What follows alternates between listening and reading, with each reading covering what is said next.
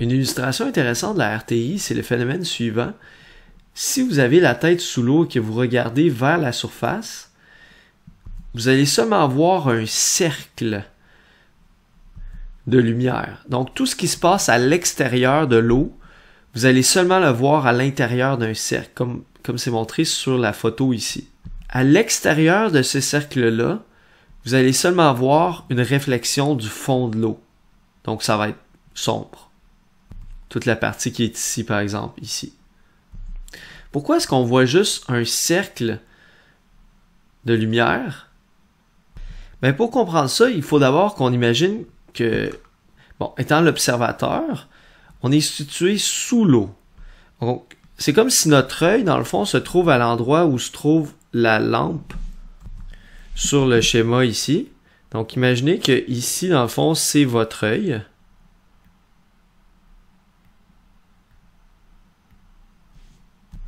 Et il faut garder en tête le principe de propagation inverse de la lumière, c'est-à-dire que on peut inverser le sens de tous les rayons de lumière. Ça veut dire que le rayon qui monte ici, à la place, on pourrait le dessiner comme vers le bas comme ça. Ce rayon-là ici, on pourrait le dessiner comme ça ici. Fait que ces rayons-là, ils parviennent à l'œil. Ces rayons de lumière-là, ils parviennent à se rendre jusqu'à l'œil. Donc, la personne qui est dans l'eau peut les voir. Le dernier rayon que la personne peut voir, dans le fond, c'est ce rayon-là ici, celui qui rase la surface et qui parvient jusqu'à son œil, comme ça. Ça, c'est vraiment le dernier rayon que la personne peut voir.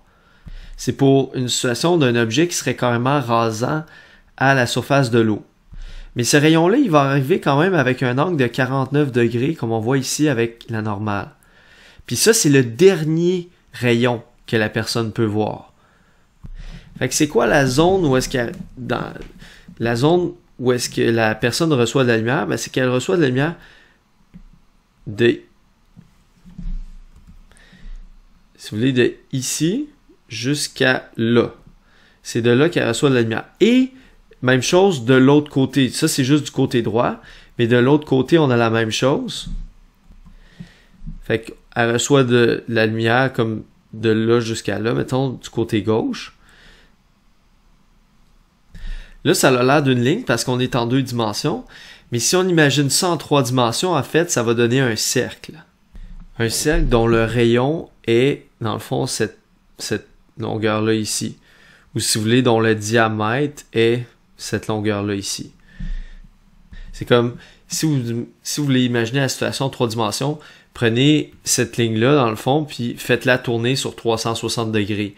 Vous allez avoir un cercle. Fait que dans le fond, c'est juste dans cette zone-là que la personne, lorsqu'elle regarde la surface d'eau, c'est seulement dans cette zone-là que la personne reçoit de l'eau, que reçoit de la lumière qui provient de l'extérieur.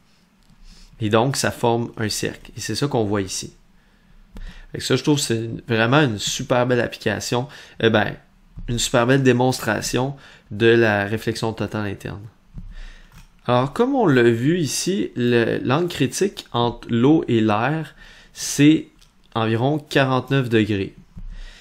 La réflexion totale interne se produit lorsque l'angle d'incidence est supérieur à l'angle critique. Notons que pour obtenir une réflexion totale interne, ça prend 2 conditions. La première condition, c'est que la lumière doit passer d'un milieu à un autre dont l'indice de réfraction est plus faible. Autrement dit, la lumière doit passer d'un milieu d'indice plus élevé à un indice plus faible. Donc, par exemple, de l'eau à l'air.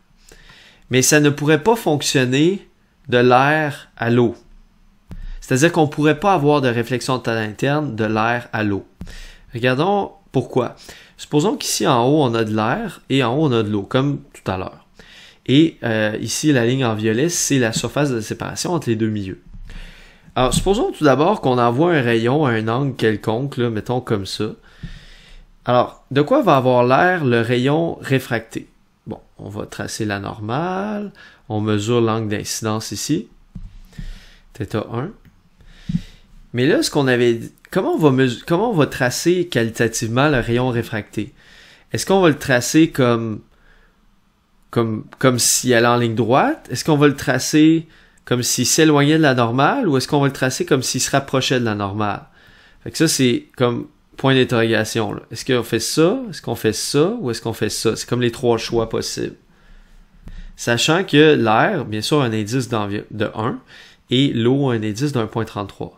Donc, le milieu de l'eau, l'indice de réfraction de l'eau est plus élevé que pour l'air. Donc, lequel des trois on devrait faire? Je vous invite à faire une pause sur la vidéo et prendre le temps d'y réfléchir. Alors, si on se rappelle la règle qu'on avait vue ici, on avait vu que le rayon réfracté est toujours plus près de la normale dans le milieu que le plus grand indice de réfraction. Donc ici, le milieu qui a le plus grand indice de réfraction, c'est l'eau. Donc le rayon réfracté est supposé être plus proche de la normale que le rayon incident. Donc la bonne réponse, c'est celui-là. Là, j'ai pas fait un tracé à l'échelle. C'est pour ça que je dis c'est qualitatif. Dans le sens où je fais juste montrer que mon rayon s'est rapproché de la normale, mais j'ai pas mesuré un angle exact, là. C'est pas ça le but ici. Fait que ça, c'est mon angle de réfraction θ2 ici, qui est plus petit que θ1. Mais là, on se rappelle que pour avoir une RTI, l'idée, c'est qu'il faut que le rayon réfracté, il vienne raser la surface. Fait que là, je me dis, OK, je vais augmenter l'angle de θ2 pour qu'il vienne raser la surface. Fait que je vais augmenter θ1. Je vais augmenter mon angle d'incidence. Je vais amener mon rayon incident pour qu'il soit plus rasant. Fait que, mettons, je vais l'amener comme ça. OK? Mais mon rayon réfracté, il va s'être éloigné, mais il va être encore... c'est-à-dire, il va s'être éloigné de la normale, mais il va toujours être plus proche de la normale que mon rayon incident. Fait que là, si je me dis, oups, ça marche pas encore, mon rayon réfracté, il est pas encore rasant, fait que je vais aller à l'extrême, là, je vais faire en sorte pour que mon rayon incident, il vienne carrément raser ma surface. Comme ça.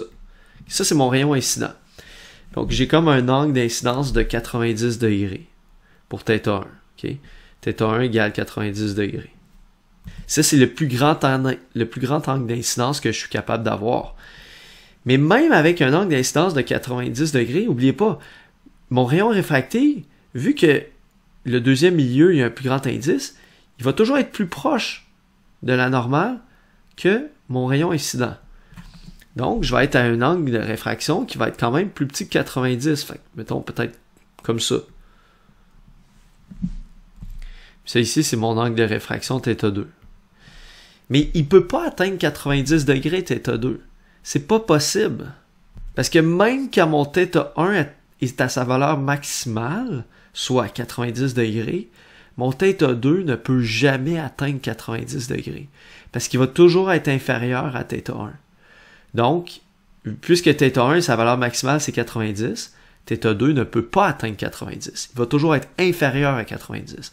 Donc, autrement dit, le rayon réfracté ne va jamais raser ma surface. C'est impossible.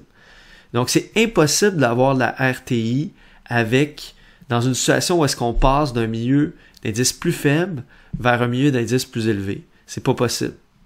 Donc, si par exemple, vous avez un pointeur laser, vous êtes dans l'air, et que, mettons que vous voulez faire de la RTI en envoyant votre pointeur laser vers une piscine, vers l'eau d'une piscine, c'est pas possible. C'est juste pas possible. Votre rayon va nécessairement pénétrer dans l'eau. Il y a nécessairement une partie de la lumière qui va pénétrer dans l'eau, qui va être réfractée.